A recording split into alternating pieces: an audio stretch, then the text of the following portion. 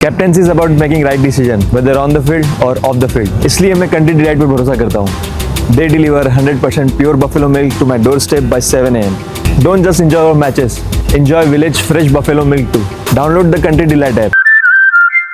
కవిత లేఖ బయటకు వచ్చిన వెంటనే దుబ్బాక ఎంపీ రఘునందన్ రావు మాట్లాడారు కదా సార్, జూన్ 2న కవిత కొత్త పార్టీ పెట్టబోతూ ఉన్నారు అని చెప్పేసి.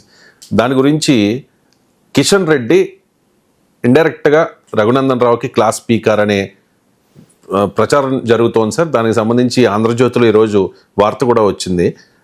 ఏది పడితే అది మాట్లాడితే ఎలా, ఎమ్మెల్సీ కవిత అంశంపై ఏవేవో వ్యాఖ్యలు చేశారు. మీ సొంత ఎజెండాను పార్టీ ఎజెండాగా రుద్దొద్దు, జాతీయ పార్టీలో ఉన్నామన్న విషయాన్ని మర్చిపోతూ ఉన్నారా?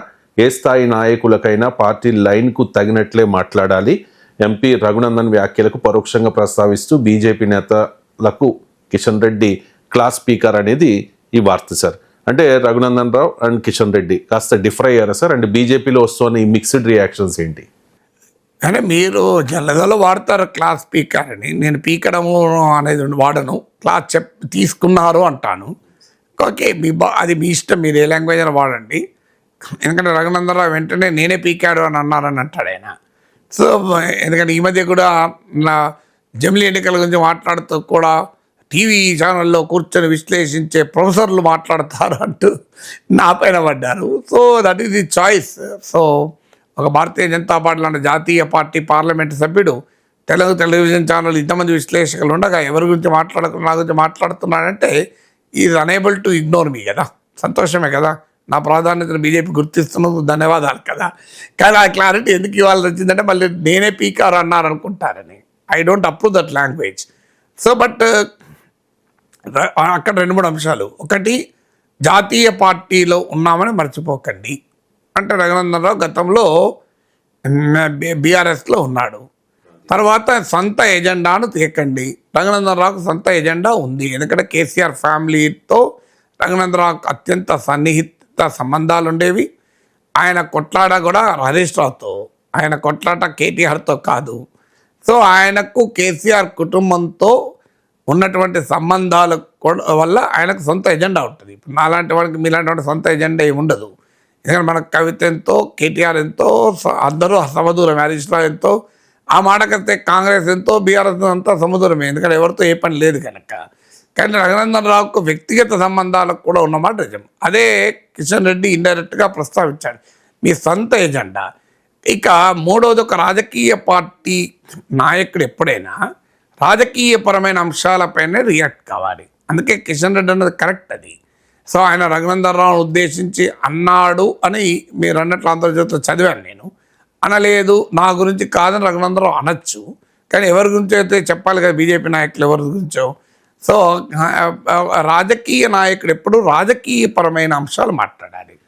ఇక రాజకీయపరమైన అంశం ఏంటి, బీఆర్ఎస్ తీసుకెళ్ళి బీజేపీతో కలుపుతున్నారు, బీజేపీ బీఆర్ఎస్ల పొందిక పొత్తు, ఇక్కడ వరకు మాట్లాడితే అభ్యంతరం లేదు. కానీ ఆమె ఎప్పుడు పార్టీ పెడుతుంది, ఆమె ఎప్పుడు పాదయాత్ర చేస్తుంది, this is not the business of BJP కదా.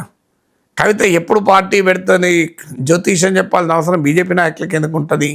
కవిత ఎప్పుడు పాదయాత్ర చేస్తుందని బీజేపీకి అవసరం ఏంటి?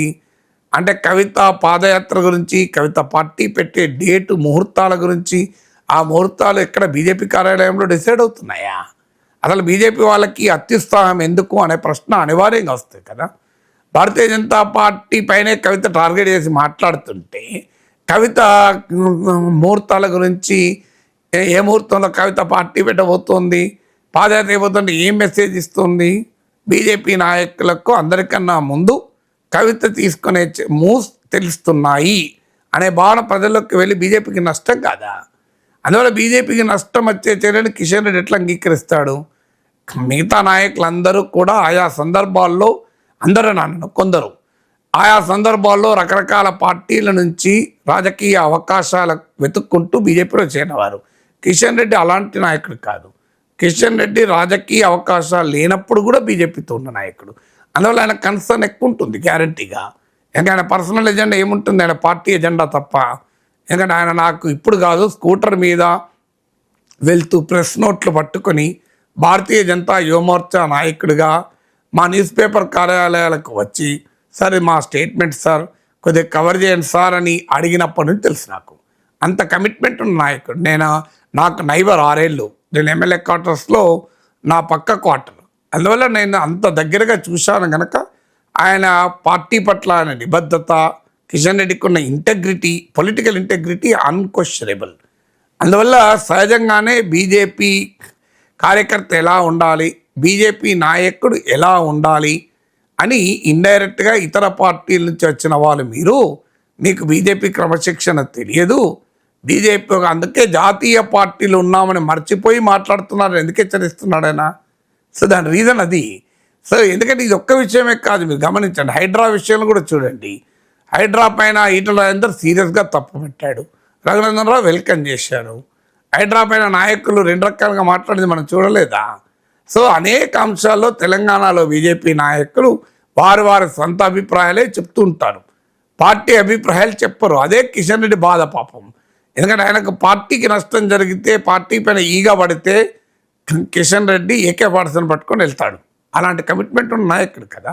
అందువల్ల ఆ కమిట్మెంట్ ఉన్నప్పుడు సహజంగానే తన పార్టీలో ఈ ధోరణి, అంటే కాంగ్రెస్ పార్టీ లాగా ఎవరు పడితే ఏది పడుతుంది మాట్లాడితే అంగీకరించలేడు కదా. అదే ఇప్పుడు ఆయన రఘునందన్ రావును ఉద్దేశించి అన్నాడా, ఎవరి గురించి అన్నాడో నాకు తెలియదు, నేను ఆ డిబేట్లోకి వెళ్ళలేను. కానీ డెఫినెట్గా ఏది పడుతుంది మాట్లాడడం బీజేపీ నైజంగా శైలి కాదు. ఇతర పార్టీల నుంచి వచ్చిన వాళ్ళకు ఆ బీజేపీ క్రమశిక్షణ అర్థం కాదు. అసలు ఇతర పార్టీ నుంచి వచ్చిన వాళ్ళకు బీజేపీకి ఉండే సైద్ధాంతిక నిబద్ధత ఏంటి, బీజేపీలో ఏ రకమైన క్రమశిక్షణ ఉండాలి, పదవులు రాకపోతే పార్టీకి వ్యతిరేకంగా మాట్లాడి ఇవన్నీ లేవు. కిషన్ రెడ్డికి పదవి ఇచ్చినా ఇవ్వకపోయినా పార్టీలోనే ఉన్నాడు కదా. రేపు ఆయనను కంప్లీట్గా నీకు ఏ పదవి లేదన్నా ఆయన పార్టీకే ఉంటాడు. వెంకయ్య నాయుడుకు క్యాబినెట్లో ఉండాలని కోరికుండే ఆయన బహిరంగానే చెప్పాడు, క్రియాశీలక రాజకీయాలు ఉండాలి. పార్టీ నిర్ణయించింది మీరు వెళ్ళి ఉపరాష్ట్రపతి పదవిలో ఉండాలంటే వెంకయ్య నాయుడు ఏమన్నాడు, ఉపరాష్ట్రపతి అయ్యాడు. రామ్ మాధవ్కు పార్టీ అసలు ఒక దశలో ఆల్ ఇండియా ప్రెసిడెంట్ అవుతాడు అనుకున్నారు. పార్టీ నిర్ణయించింది వెంటనే ఆయన RSSలో పోయి కార్యకర్తగా మళ్ళీ పనిచేసుకున్నాడు. మళ్ళీ పార్టీ నిర్ణయించింది జమ్మూ కాశ్మీర్ ఎన్నికల సమయంలో మళ్ళీ వచ్చాడు. That is how the original BJP leaders behave. వాళ్ళు ఒరిజినల్ ఇప్పుడు దత్తాత్రేయ వీళ్ళందరూ ఇప్పటి నుంచి అండి, లక్ష్మణ్ వీళ్ళు అసలు పార్టీ అంటే ఏమీ తెలియని సమయంలో మురళీధర్ రావు రాడికల్ తుపాకీ గుళ్ళకి ఎదురొడ్డి నిలబడ్డాడు. మురళీధర్ రావు మామూలు విషయం కాదు కదా. నేను ఆ రోజు I was a witness Osman city హాస్టల్లో. ఒక్క సెకండ్ అయితే మురళీధర్ రావు ఆ రోజే చనిపోయేవాడు. అలాంటిది కదా నిలబడి వచ్చారు వీళ్ళంతా. అందువల్ల సహజంగానే ఈ ధోరణిలో వాళ్ళకి నచ్చవు. అది ఎవరు చేశారో నాకు తెలియదు, కానీ ఎవరు చేసినా కిషన్ రెడ్డి లాంటి వాళ్ళు అంగీకరించలేరు కదా.